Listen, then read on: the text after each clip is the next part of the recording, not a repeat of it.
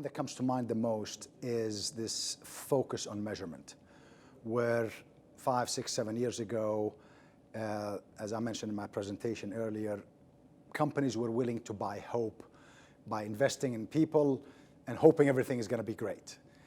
And nowadays, that's not enough. You want to make sure you are bringing in the various data points that show the value of that investment in training to the company, to the CFOs and the CEOs.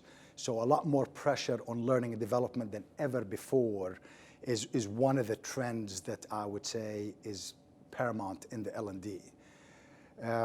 Another one might be the connection between learning and development and the business is getting closer and closer. They need to be aligned more because talent management as a subject is becoming a strategic conversation. How do we retain, attract? How do we develop? How do we make sure that we are the best of whatever we're doing?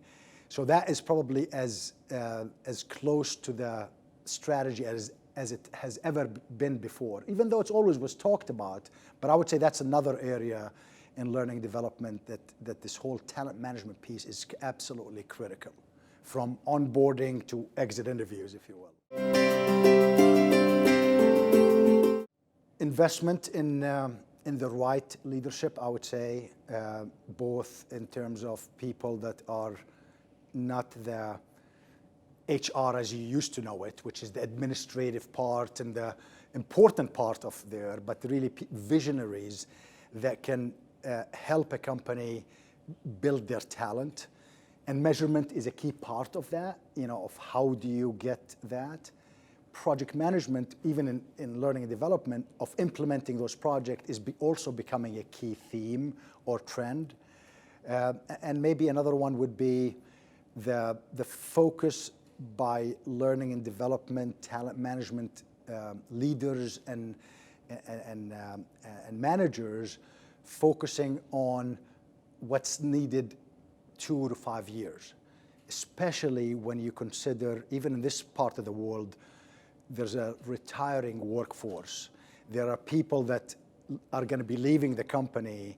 The replacement of that is going to be very, very critical. And the companies that are going to do it right are going to have an advantage, and companies that are not going to do it right are probably going to have less of an advantage.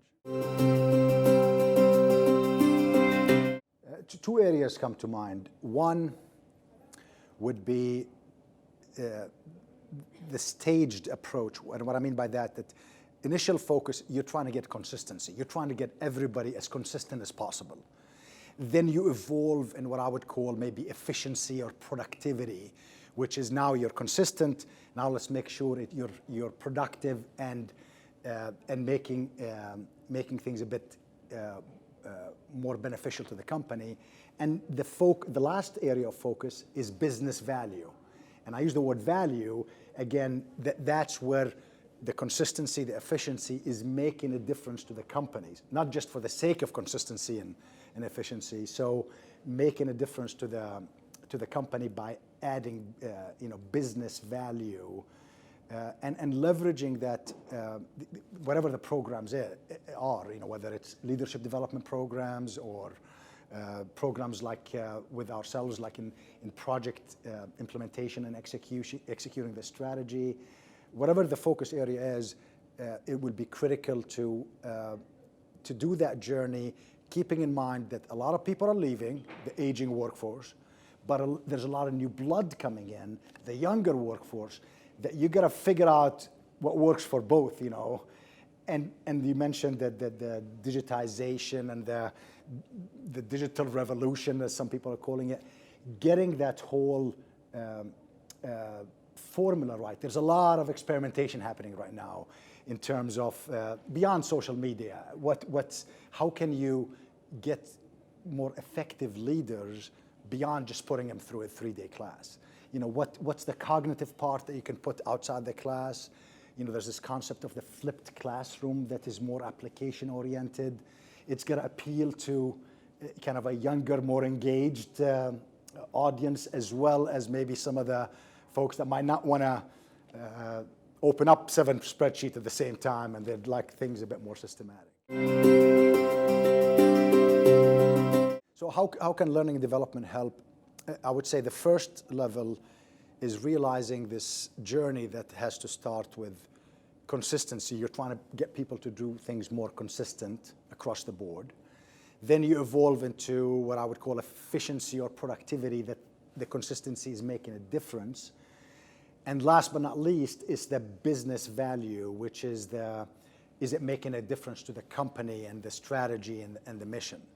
So that kind of journey is a critical part to get right. Then you add to that, a lot of folks are leaving the workforce, they're retiring, and a lot of them are almost irreplaceable. And there's a lot of new workforce coming in, younger workforce, that you want to balance both of those audiences in this journey. A lot of experimentation is happening with the digital revolution, as you called it, where companies like us and others are trying to see what is the right balance, there's a lot of things out there, but how can you pull the cognitive stuff maybe out? How can you flip the classroom to be more application oriented? And those are not necessarily new concepts, but getting it right in a systematic, consistent fashion that is making a difference to the company.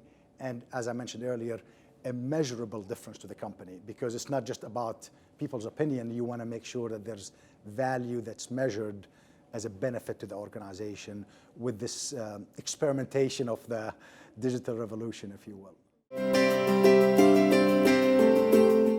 Yes, I've been coming to this part of the world consistently, doing a lot of presentations like this event, a lot of executive breakfast, a lot of meeting with clients. And I'm originally from Jordan, so I have a pretty good feel for the region. And I think I'm so happy that the focus on these nationalization programs in the region is finally kind of taking more momentum than ever before, I would say.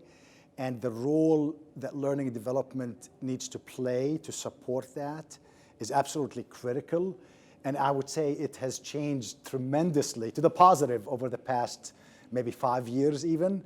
That now it's really, you talk to companies and they really want to invest in their people. They're not just going through the motions. They see the benefit of the future leaders of our countries that is going to be critical to the 5, 10, 15 years down the road. And this is the right foundation to build. So and I think we're working with a lot of clients that believe that and are putting the funding behind that, because that's often the biggest case. And then I come back to the essence of it is you got to measure it, and that's where we come at it, to make sure that whatever your strategy is, as you're implementing it, you're measuring, your batting average, or how well are you executing against that strategy or those initiatives.